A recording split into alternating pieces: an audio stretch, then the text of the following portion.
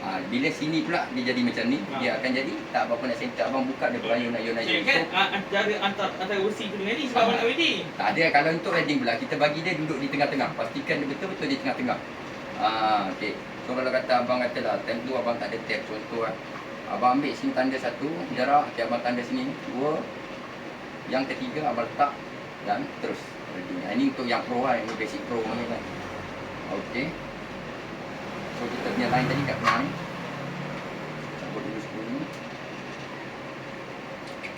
Ni tak boleh pakai skru bang. Saya try nak tembak nak bagi abang mudah, nanti akan datang boleh skru. Tapi masalahnya tak boleh. Besi abang ni besi yang sangat-sangat halus. So untuk pertama kali abang nak taking, abang cek sekali lagi arus abang jalan tak. Okay, taking abang jalan. First, jangan welding penuh. Tag dulu. Nampak abang? Saya tebuk sekali je dah berlubang. Tak payah main dekat tengok. Sekali saja dah berlubang. Nampak tu? Bermakna besi ni memang betul-betul nipis. So bila besi nipis, kita tak boleh pakai arus yang ni. Arusnya anda tahu kita kena pakai arus yang slow sikit. So kita pakai arus yang 1 ataupun 2. Okey. Okey. Untuk yang ni kita kena pakai arus 2. Dia akan bocor juga.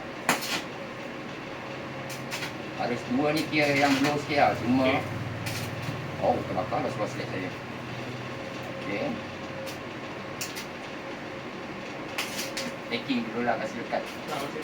Sebab ni arus slow. Abang kena buat taking sikit lah. Kadang-kadang di tangan abang tahan je. Nampak tu? Okay, kadang-kadang dia arus slow ni dia susah nak tangkap. Kita akan kuatkan sikit lah, ikut pada abang lah punya kawal tangan kan. Kalau abang nak belajar, pertama kali abang ambil besi lah, main welding-welding saja tu. Kasih lekat tu. Apapun besi kita buat, kita kena taking. Taking kan dulu.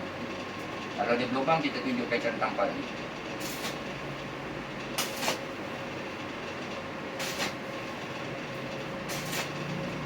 Ikut mana pun welding mesti berlubang mesin. Tak payah abang boleh datang dekat tengok. Kan? Abang tengok dulu. Pakailah arus slow mana. Tu. Rosak tu. Dia akan berlubang. So saya kurangkan sikit. Dah bila dia dah dekat macam ni, kita cek center dia. Adakah dia center atau tak. Sebab kalau dia tak center nanti susah. Dan nanti mesti bagi boost.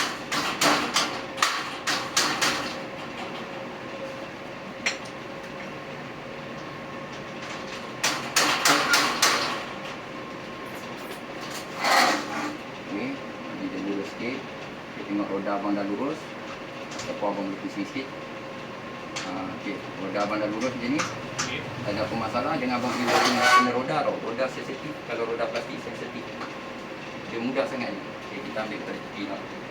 Tapi kalau yang baru lagi untuk welding, pakai dua tangan lah. Satu tangan lagi kita tutup macam ni pun boleh. Untuk alam cahaya. Tekan, kira berapa saat? 3 saat lepas. 3 saat lepas. Kalau api tak ada, tekan, cari api dulu sampai bunyi dia stabil.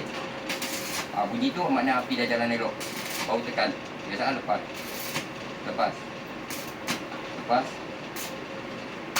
Okay, ni kalau ada besi yang ada cat, dia akan jadi macam ni tau.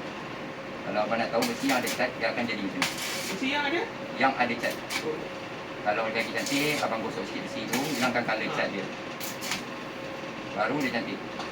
Kalau tak ada, dia jadi macam ni lah. Kita nak welding pun agak susah lah. Bagi orang yang tak biasa, dia akan jadi susah sangat. Bagi yang dah biasa, tak ada apa pun. Dia macam tu.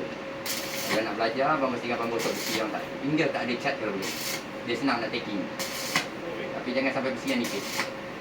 Okey, ni kita full kan. Ni orang kata welding full. Welding full, kita full lah. So welding full istimewa dia tak mudah rosak. Sebab abang punya ni plastik, abang kena bagi saya air. Pastikan awak letak je, bunyi je, tutup mata. Jangan bunyi je. Masa letak, awak rasa tangan awak dah letak, tutup kedua mata.